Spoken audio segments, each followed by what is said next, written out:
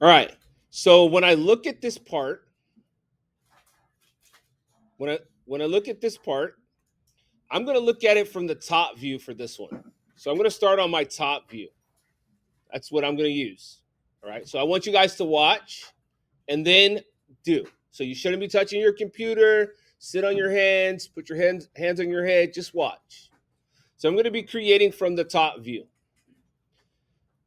And so I'm going to right click and create my new sketch of my top view. Hit the letter N for normal to make sure that I'm looking at it from the front or the top in this case. And if I look at this, my overall width is 6.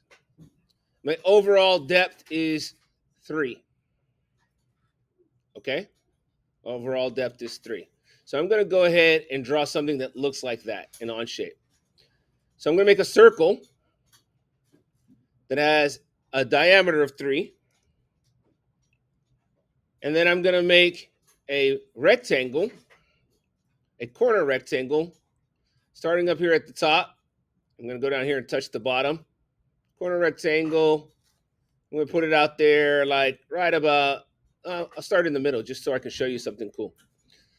So notice this rectangle and this line, they're not tangent to each other, but they are tangent on the top part. There's a tangent there.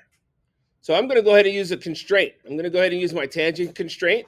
I'm going to go tangent, and then I click the line and the circle to make sure that they're tangent to each other. Make sense? All right. Now, I still have a blue line, and this blue line is because I don't know how far this line is from this point.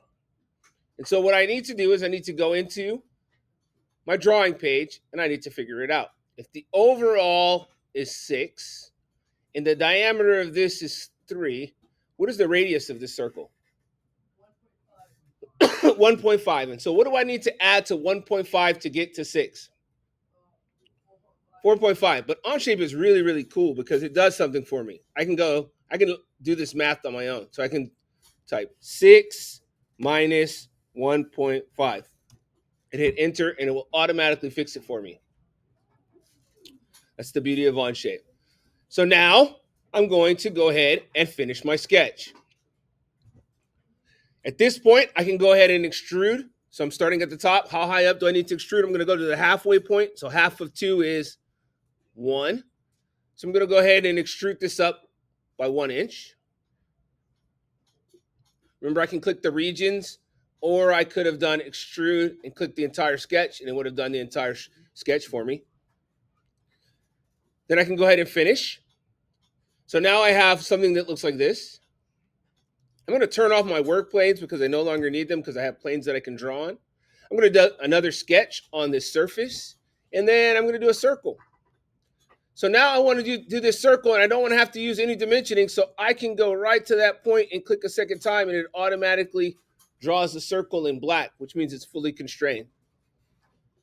I finished the sketch, and then I'm going to extrude that up by 1 more inch. And so now I have that same exact look, right? Now, the reason why this line is here is because Onshape likes to show us edges. So I'm going to go over here, and I'm going to turn off the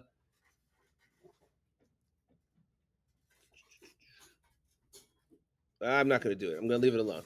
You do it in the drawing page. We'll just leave it as it is. So I'm almost there. I'm almost completely there. Almost has that look.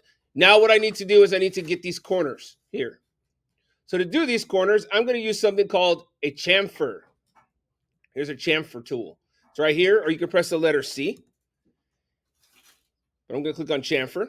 And it's already set to 1 inch, which is what I want. And I click on the corners to chamfer them.